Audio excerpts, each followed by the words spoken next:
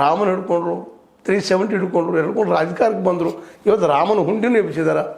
ಜೊತೆಗೆ ಈ ಯುವಕರನ್ನು ಎದುರು ಹಾಕ್ಕೊಂಡಿದ್ದಾರೆ. ಅದರಲ್ಲೂ ಶಿಕ್ಷಣಕ್ಕೆ ವ್ಯಾಪಾರ ಮಾಡಿ ಸಿಕ್ಕಾಪಟ್ಟೆ ಸಾವಿರಾರು ಕೋಟಿ ರೂಪಾಯಿ ಗಳಿಸುವಂಥದ್ದಾಗ್ಯದ. ಹೀಗಾಗಿ ಇವತ್ತಿನ ಈ ಮಿಡಲ್ ಕ್ಲಾಸ್ ಜನ ಜೊತೆಗೆ ಈ ಬಡ ಮಕ್ಕಳ ತಂದೆ ತಾಯಿಗಳು ಎಲ್ಲರೂ ವಿರೋಧ ಆಗ್ತಾ ಇದ್ದಾರೆ.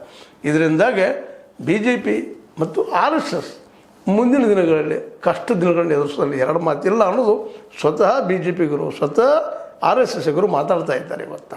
ಯಾಕಂದ್ರೆ ಇವತ್ತು BJP ಅನ್ನುವಂಥದ್ದು ಬೇರೆ ಬೇರೆ ಪಕ್ಷಗಳು ಹೊಡೆದ ಮಾಡಿ ಅಲ್ಲಿ ಜನರನ್ನು ತಂದು ಹಾಕ್ಕೊಂಡು ಮೂಲ RSS BJP ಇಲ್ಲಿ ಏನು ಅಂತಲಲ್ಪ ಅಧಿಕಾರ ಇದ್ರೆ ಎಲ್ಲ ಒಂದು ಅನ್ನುವಂಥ ಮಾತನ್ನು ತೋರಿಸೋ ಮೂಲಕ ನಾವು ಕಾಂಗ್ರೆಸ್ಗಿಂತಲೂ ಒಂದು ಹೆಜ್ಜೆ ಮುಂದಿದ್ದೀವಪ್ಪ ಅಂತೇಳಿ ತೋರಿಸುವ ಎಲ್ಲ ಪ್ರಯತ್ನಗಳಾಗಿದ್ದಾವೆ. ಈಗಾಗಲೇ ಆ ನೆಲೆಯಲ್ಲಿ ಎಲ್ಲಿವರೆಗೆ ಧರ್ಮೇಂದ್ರ ಪ್ರಧಾನ್ ಅವರನ್ನು ಈ ಶಿಕ್ಷಣ ಮಿನಿಸ್ಟರ್ ಇಟ್ಕೊಂಡು ಹೋಗ್ತಾರೋ ಅಲ್ಲಿವರೆಗೆ ಮಾತ್ರ ಇವತ್ತು ವಾಂಗ್ಚುಕ್ ಇದ್ದಂಥವರು ನಾಳೆ ಒಬ್ಬ JP ಇನ್ನೊಬ್ಬ ಅಣ್ಣಾ ಹಜಾರೆ ಮತ್ತೊಬ್ಬ ಇನ್ನೂ ಅನೇಕ ಹೋರಾಟಗಾರರ ರೂಪವನ್ನು ಪಡೆಯೋದು ಸಾಧ್ಯವಾದವ.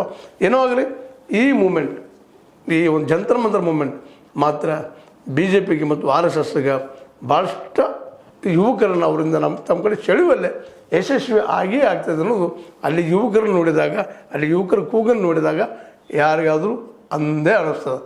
ಎಲ್ಲರ ಬಾಯಲ್ಲೂ ಈಗ ದೆಹಲಿಯ ಪ್ರಮುಖ ಪಟ್ಟಣಗಳ ಎಲ್ಲೆಲ್ಲಿ ಏನು ಈ ಸ್ಟ್ರೈಕ್ ಶುರುವಾಗಿದ್ದಾವೆ ಈಗಾಗಲೇ ಜನರಲ್ಲೇ ಎಲ್ಲರ ಬಾಯಲ್ಲೂ ಒಂದೇ ದೀಪ್ ಕೆ ವಾಂಗ್ಚುಕ್